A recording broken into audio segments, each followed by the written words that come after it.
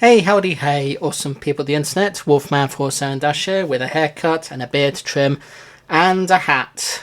Tell me in the comments below if you like this look. If not, fine, I'll just go back to the old look, which was this. So, yeah. And also, it's not been too hot today, hence why I'm wearing a top for once. So, yeah. Excuse me. So, Christopher Nolan. I think pretty much all of you know who he is. I'll be surprised if you didn't, but I will say anyway. He's a British visionary filmmaker.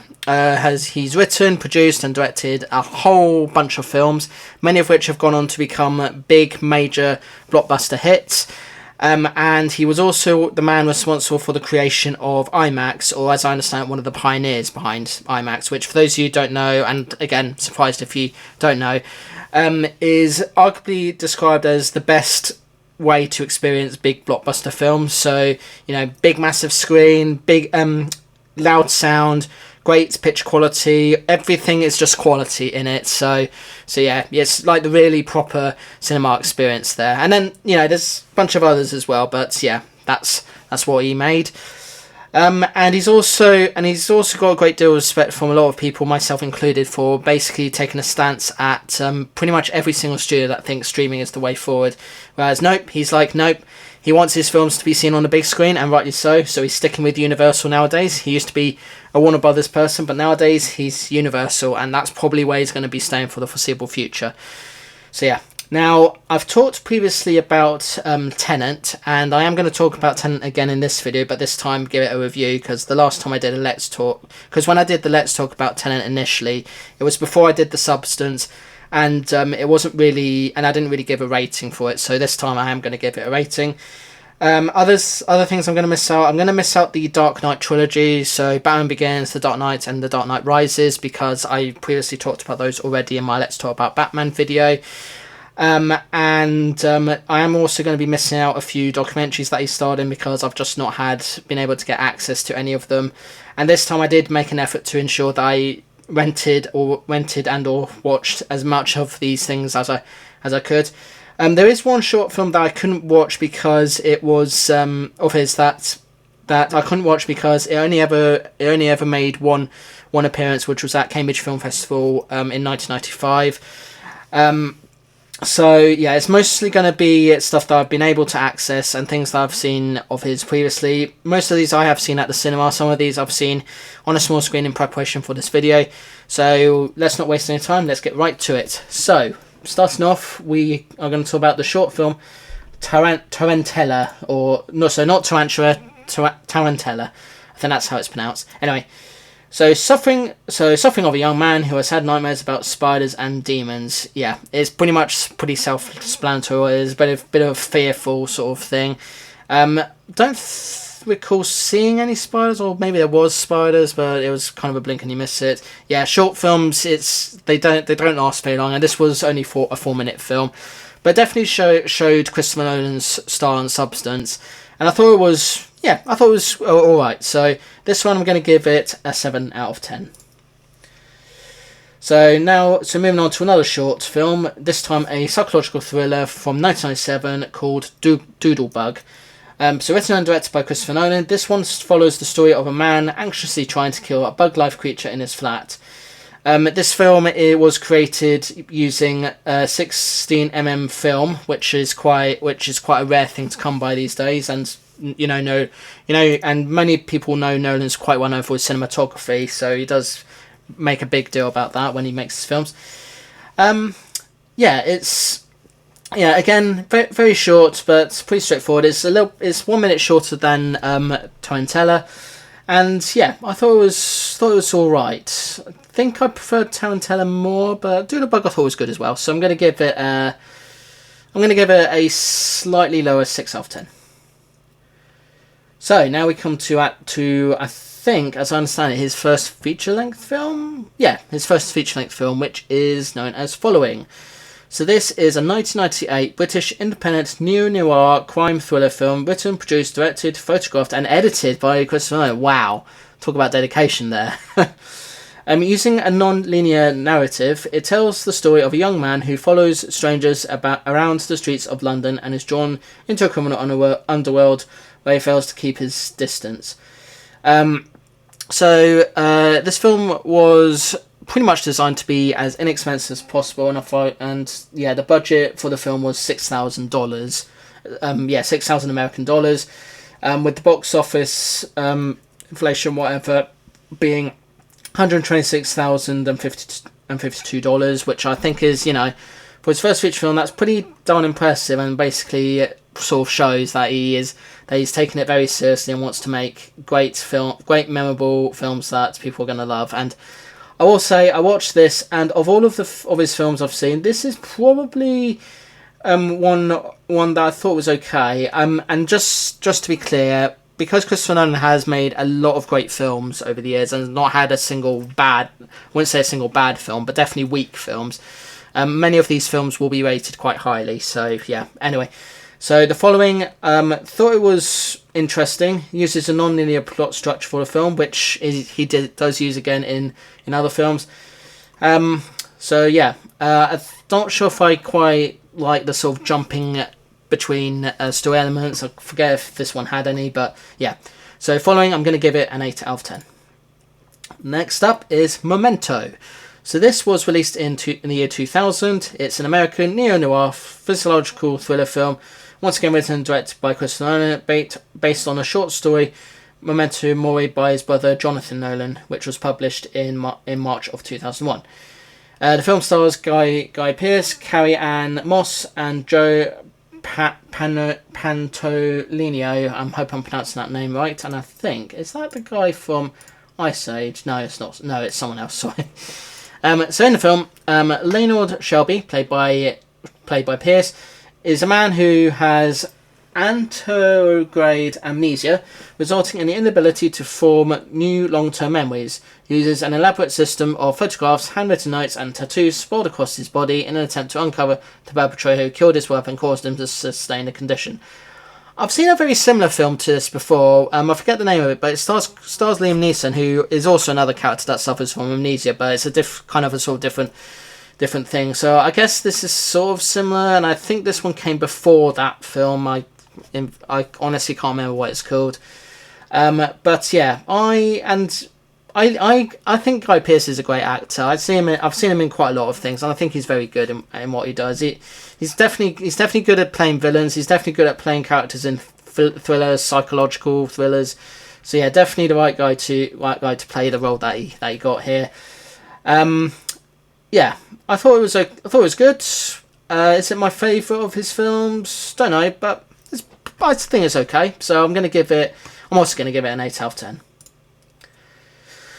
So another film I did watch for this video in particular, which is his next film, Insomnia, which was released in 2002. It's an American neo-noir psychological thriller, so another one of those. Directed by Christopher Nolan, and only directed by him, as I understand it, and written by Hilary Syatt. Only film directed by Nolan that he's not credited with writing, so that's interesting. It's a remake of the 1997 Norwegian film of the same name, and stars Al Pacino, Robin Williams, and Hilary Swank, with Maura Tierney, Martin Donovan, Nicky Katt, and Paul Dooley in supporting roles. In the film, we follow two Los Angeles homicide detectives investigating a murder in Nightmute, Alaska. After the killer witnesses an accidental shooting committed by one of the detectives, they create a plan for both parties to mutually avoid prosecution. Now, I should point out that this is a film that stars Robin Williams, and just to clarify for a certain individual that will be watching this, it is pronounced Robin, not Robbie. Robbie Williams is, of course, an artist that sings. Robin Williams is an actor. So just to clarify. Anyway, this film starring Robin Williams is strange to me because I've seen a lot of his films, and he's usually typecast as a comedic actor. Granted, he was also in Good Will Hunting, and he played a sort of very serious role in that, not very comedic. Patch Adams I don't count as a serious role because honestly that film's very inaccurate to the actual true story of the real Patch Adams. But this is actually the first time I actually see him play a dramatic role, and probably a villainous role as well, thinking about it actually. Yeah, and I thought it was good. It was great to see this guy who's usually in in comedy films actually do something different to comedy. Obviously, I've pretty much seen most Al Pacino films, and he plays a typical gangster-like character here. So not really much different to what I've seen him in previously. And everyone else, I'm not too familiar with the names, but I probably will recognise the face. But I thought this was a very enjoyable film. So I'm going to give it a 9 out of 10. Next is The Prestige. So this is a 2006 science fiction and psychological thriller film directed by Christopher Nolan, who co-wrote the screenplay with his brother Jonathan, and it's based on a 1995 novel of the same name by Christopher Priest, set in Victorian London and starring the likes of Hugh Jackman and Christian Bale, who star as stage magicians who compete to create a superior teleportation illusion. In addition to them, the supporting cast includes the legendary Michael Caine, the equally legendary and gorgeous Scarlett Johansson, also Rebecca Hall, the mocap legend that is Andy Serkis, and David Bowie of all people, who is the inventor Nikola Tesla. It reunited, and I will say it was interesting to see Christopher Nolan and Michael Caine in a film that's like completely separate from Batman, because some people might watch this and get a little bit confused with why those two are here after only just seeing them in Batman Begins. Sorry, not Batman Returns, completely different film. And it also includes, and in addition to those two, it does also have a few regular new collaborators as well, including cinematographer Wally Pisser, if I'm pronouncing that right, production designer Nathan Crowley, editor Lee Smith, and composer David Julian. I thought this was interesting. It's definitely a different Bale and Caine film from the typical Nolan Batman films that we've seen, but you can pretty much tell that this is trying to sort of embrace sort of magic and suspense and everything, which is of course in the title. Is it my favourite film of his? I think my favourite film of his is probably the next one I'm going to talk about in a bit. But Prestige is okay. I thought it was alright, so I'm going to give it a 7 out of 10. So this next Christopher Nolan film is, I think, my favourite film only because it's a very interesting idea, and he does a really good job of trying to sort of toy with the idea. Because he's very good at some sort of adapting different concepts of things, let's say. And this was actually, I think, the first film of his that I saw not long off. That's not Batman, basically. So, anyway, Inception. So, Inception is a 2010 science fiction action film written and directed by Christopher Nolan, who also produced it with Emma Thomas, his wife, starring Leonardo DiCaprio as a professional thief who steals information by infiltrating the subconscious of his targets. He's offered the chance to have his criminal history erased as payment for the implantation of another person's idea into a target's subconscious. And the ensemble cast includes Ken Watanabe, Joseph Gordon-Levitt, Marion Cotillard, Elliot Page, this was released during when he was known as Ellen Page. A bit weird. Tom Hardy, Cillian Murphy, Tom Berginger, Dilip Rayo, and Michael Caine once again. So if you don't know what this film's about, it's actually quite straightforward. You know, of all the films of his that many of them are quite complex and complicated, but this one's actually pretty straightforward. It's basically a group of people going into a dream, then into another dream, and then into another dream, with consequences, with things sort of transpiring in between each individual dreams that affects the dreams that come after it. And I do kind of love that idea, and I thought it was done particularly well. And I think when anyone talks about this film, they just remember the whole idea of a dream within a dream within a dream, more so than the actual story plot elements and all that. And also obviously Hans Zimmer, and also Hans Zimmer's score, of course, as well. So yeah. As I said, this is my favourite of his films. Really, really good. Really simple and straightforward, even though it makes out that it's trying to be complicated, but it's not really. Yeah, love it. Not sure if there's much else I can say about it, and I don't think there's really much I can sort of say that I hate about it, because there's actually a lot that I like about it. I guess the only thing I probably do have an issue with is that if you get too distracted from the film, like if you start playing in the background, it's definitely not a film you should really play in the background. It's just a film that you should watch straight away. So that's my only issue with it. It's not a film that you can play in the background. It's a film you do have to watch from beginning to end, no matter what. So yeah, but apart from that, love it. So I'm going to give it a 9 out of 10. So next up is Interstellar. So Interstellar is a 2014 epic science fiction film directed by Christopher Nolan, who once again co-wrote the screenplay with his brother Jonathan. It has an ensemble cast that includes Matthew McConaughey, Anne Hathaway, Jessica Chastain, Bill Irwin, Ellen Boyston, and Michael Caine once again. It's set in a dystopian future where Earth is suffering from catastrophic blight and famine.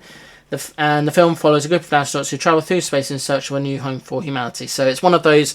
So it's a film that's probably something you've probably have all seen before, where someone's trying to find a new place to call home when the previous planet is just sort of being destroyed. And I'm pretty sure this came after Avatar, and I think it's probably a bit more realistic, even though it's very science fiction when compared to Avatar. It's certainly much more interesting and pleasant looking compared to Avatar for sure, which is a bit of which, no offense to those of you that like Avatar, is a bit of an eyesore. And before I go on, I should clarify that I'm talking about the James Cameron Avatar, not the Avatar franchise that started as a Nickelodeon cartoon animated show, whatever. So yeah, and continuing with what he likes, how he likes to shoot his films, he of course went with a 35mm film and a 7mm. He used a 35mm film for the standard definition and a 70mm film for the IMAX version of it, which, understandable. Yeah, I thought this was very good. I've only seen it once, and I'll be honest, apart from the visual aspects and everything, it is, again, one of those complicated films that you do need to really, sit down and watch, and don't have it on in the background, because it can get a bit complicated and crazy after a while. But overall, Interstellar I thought was good. I still prefer Inception, but Interstellar is okay as well. So I'm going to give it an 8 out of 10. So now for another short film, and this time it is a documentary short this time, and it's called Quarry. So Quarry or Quarry, whatever you want to call it, it's a 2015 British short documentary film composed, shot, edited, produced and directed by Christopher Nolan, and it's about the animators Stephen and Timothy Quarry, and yeah, it's pretty much just interviews with the two guys, and that's really it. Just learning about their lives and how they've come how far they've come as animators and everything. I thought it was particularly interesting. It's not very long. It's long. It's the longest short film he's done, or the longest short film I've seen of his that he's done, at least. At 8 minutes long, and yeah, it was very interesting, very informative. So I'm going to give it an 8 out of 10. So this next film is a film that he was sort of tied to, I think, as either a writer or producer, or most likely one of those two. And I will say there have been a few films that he has been attached as producer, but he otherwise has no involvement in it, and this is clearly one of those films. So Transcendence. So Transcendence is a 2014 American science fiction thriller film directed by Wally Pfister in his directorial debut, and written by Jack Paglen. It stars Johnny Depp, Morgan Freeman, Rebecca Hall, Paul Bentley, Kate Mara, Cillian Murphy, and Cole Husser, and follows a group of scientists who race to finish an artificial intelligence project while being targeted by a radical anti-technology organisation. I remember seeing this film being advertised as this guy who suddenly dies, but his subconscious is then uploaded into a Matrix-like server, and he then attempts to try and take over and everything. And I think that's what the film was. I'll be honest, I did have this playing in the background while I was focusing on other things. Yeah, I think this is probably the only film I'm actually going to give a very low rating, because honestly, it doesn't feel like a film that Christopher Nolan should really have been attached to anyway, because it just feels like it's trying to be over ambitious but underdeveloped, and lots of films suffer with that. They promise a lot of great big things in the trailers, and then they pretty much underdeliver by the time the film comes out. So it's a case of don't spoil your film too much in the trailer. Just show enough to get people interested, but don't spoil the film, basically. So yeah. But yeah, Transcendence, don't remember it all that well. Just that it's about Johnny Depp going into a server, and that's it. Pretty much that. So yeah, do with that as you will. So I'm going to give it a 2 out of 10. So next we come to the first film that I actually saw at the local IMAX cinema where I live, and that is Dunkirk. So Dunkirk was released in 2017. It's a historical war film produced, written and directed by Christopher Nolan that depicts the Dunkirk evacuation of World War II from the perspectives of people on land, sea and air across respectively, I think, a week, a day and an hour from what I recall, and sort of tossing and turning between each of them. So yeah, the film stars an ensemble cast including a few newcomers and some well-known actors. So Fionn Whitehead, Tom Glencarney, Jack Lydon, Harry Styles, who to be honest, he was okay in this, but he didn't really do much. But anything else I've seen him in as an actor, he's rubbish, no offence.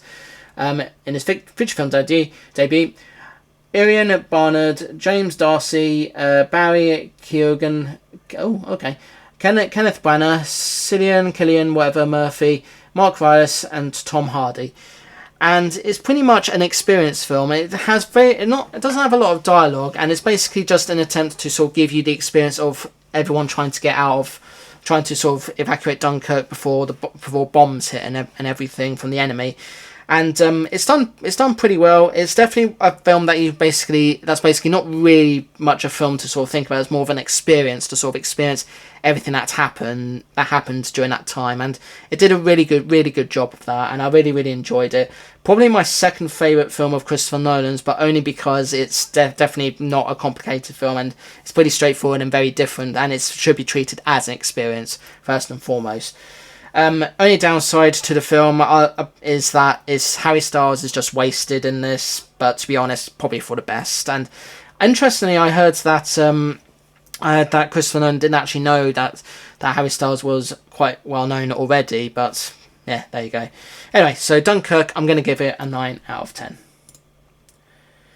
So this next film is a film that Christopher Nolan was just one of the many people that was interviewed for, and it's pretty much a documentary about not just about him, but also other people involved in the world of films, and it's called Making Waves: The Art of Cinematic Sound. So I will say that when I saw Nolan's filmography, there were quite a few documentaries that he's appeared in. Most of those I was not able to watch for various reasons. So in the end, I just settled with the one I was able to watch, which is this, Making Waves: The Art of Cinematic Sound. It's a documentary film released in 2019 about the history of sound design in cinema in cinema of the United States, and it's directed by Midge Costin. And the person and people being interviewed include Walter Murch, Ben Burt, Gary Rydstrom, the legendary George Lucas, although his views on AI say otherwise, the legendary Steven Spielberg, the legendary Robert Redford, Barbara Streisand, give or take what you think about her, the legend that is Ryan Coogler, the legend that I'm talking about today, that is Christopher Nolan, the legend that is Hans Zimmer, David Lynch, Ang Lee, Sofia Coppola, and Peter Weir, all pretty much legendary people in their own right, doing all sorts of great stuff. Apart from, well, I said that it's pretty much just interviews about the art of cinematic sounds, interesting, in depth, and pretty much what I expected a documentary about this to be. So I'm going to give it an 8 out of 10. So next is the film that I did do a Let's Talk About vlog of it previously, but I didn't really give it a sort of rating because it was before I did The Substance, and that is Tenet. So Tenet, which is stylized in all caps, which was previously as Tenet or whatever, is a 2020 science fiction action thriller film written and directed by Christopher Nolan, who also produced it with his wife Emma Thomas. Stars John David Washington, Robert Pattinson, Elizabeth Debicki, Dimple Kapadia, Michael Caine and Kenneth Branagh. It follows a CIA officer who is recruited into a secret organisation tasked with tracing the origin of objects that are travelling backwards through time and their connection to an attack in the future. It's one of those films that was affected by COVID, and I'm not 100% sure if it was released in cinema or if it was released just straight to home media as a result of COVID. But nevertheless, it was pretty much the last film that Nolan released with Warner Brothers. And then after that, he went to Universal because Warner Brothers were just not meeting his demands. So yeah, it's I don't know.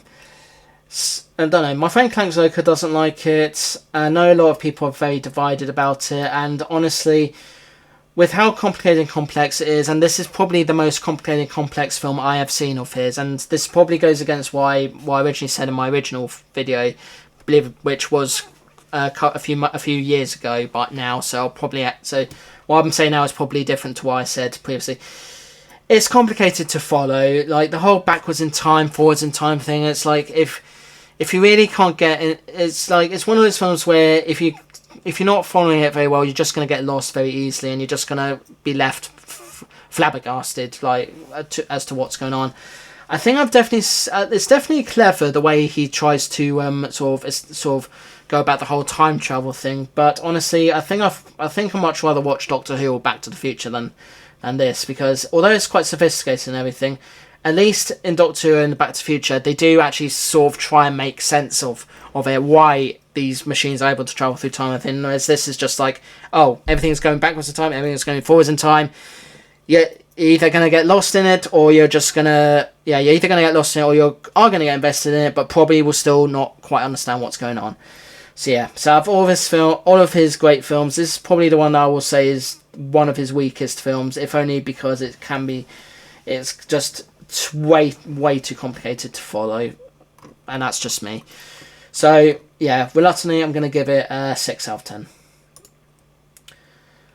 So next is a legendary film that came out in 2023, the same weekend as Barbie, and was part of the Barbenheimer craze that happened. And since then, a lot of different feature films have been trying to sort of mimic that success.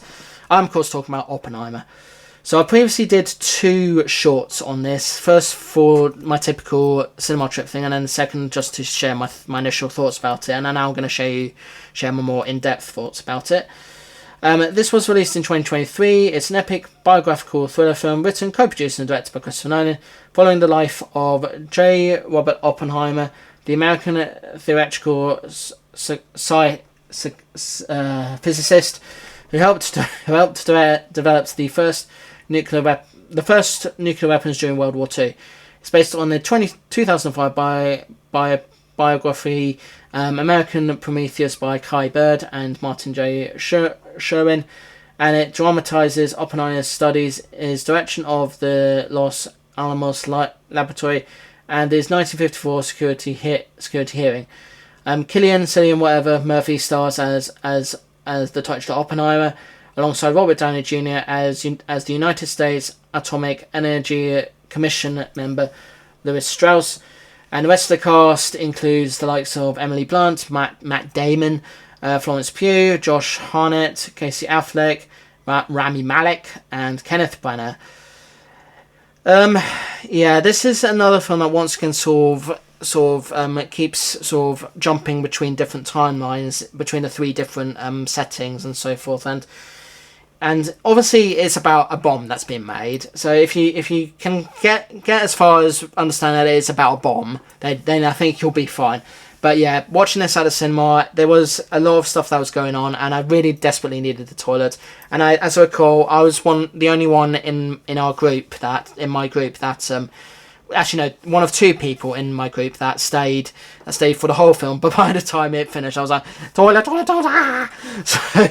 So yeah, but I like the visual style of it. I like the sort of parts where they sort of talk about the bomb, and the actual bits where they sort of test the bomb just to ensure that it's working and everything. And I was going to rate this highly originally, but after seeing how Robert Downey Jr. sort of accepted his award, very smug, very smug looking and everything. He comes across as that person. I'm going to give it a little bit of a lower rating, but I still very much enjoyed it when I was able to sort of understand and get and scratch my head around everything. So I'm going to give it a 7 out of 10. And that finally brings us on to his latest film, The Odyssey. So this is a 2026 epic fantasy action film written and directed by Christopher Nolan. It's an adaptation of Homer's, not to be confused with Homer Simpson, a different Homer, ancient Greece epic poem, The Odyssey, and it stars Matt Damon, once again, as Odysseus, the Greek king of Ithaca. It chronicles his long and perilous journey home after the Trojan War and his encounters with mythical beings as he attempts to reunite with his wife Penelope, portrayed by Anne Hathaway. Including those two, the ensemble cast includes Tom Holland, Robert Pattinson, Lupita Nyong'o, Samantha Morton, Zendaya, and Charlize Theron. And it was produced through his production company Syncope, who have produced the majority of Christopher Nolan's work, as well as a few other films as well. So yeah. So I saw this at the cinema in IMAX, as you should be. It was an almost completely packed screening. There was a person that wasn't sitting next to me, but apart from that, it was a completely packed screening. No one was on their phones, thank God. And yeah, it was a very epic film, as to be expected. It does do this thing where, unlike Oppenheimer, where it kind of sort of jumps between different time periods, this one sort of jumps between different parts of the story.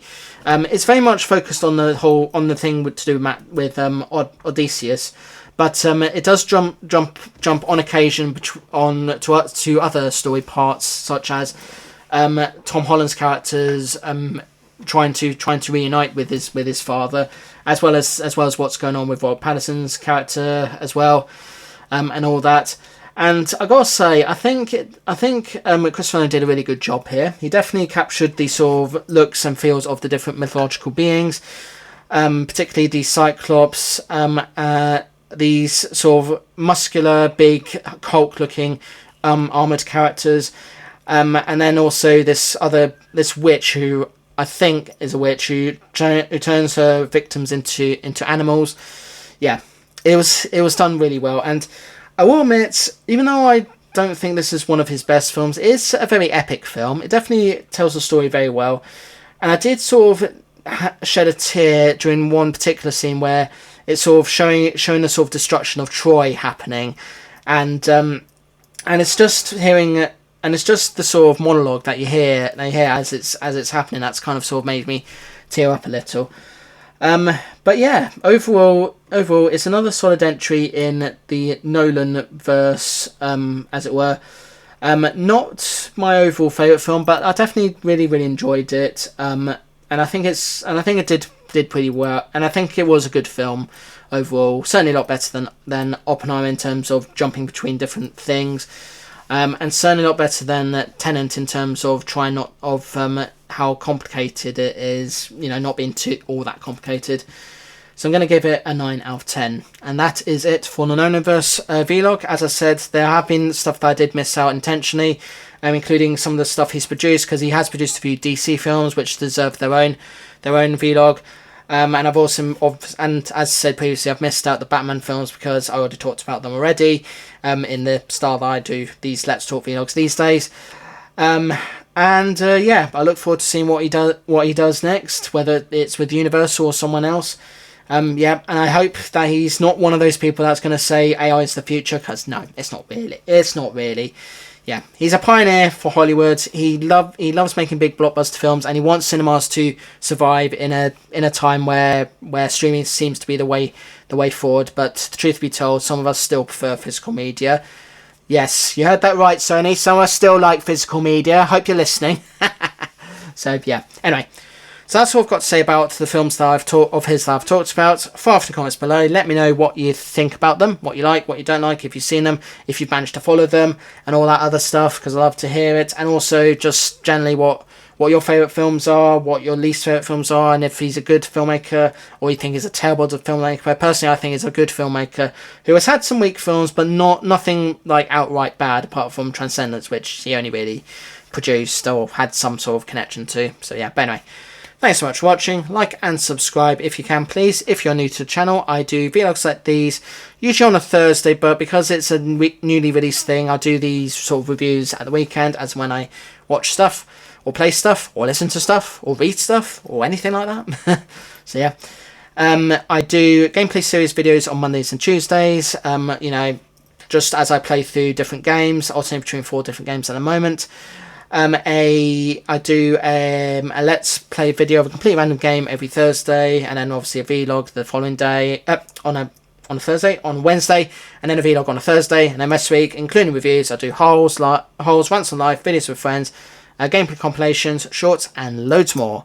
See you in the next one. Peace to you all, and remember to, you know, when things are being released in the cinema, go watch it at the cinema. Because there's nothing quite like watching things on a big screen compared to watching things on a small screen. Because big screens are like the way to go. They always have been, they always will be, and they ain't got nothing on streaming unless you somehow manage to have this big massive TV. Then that's a completely different thing altogether. So yeah, yeah. All right, doodles.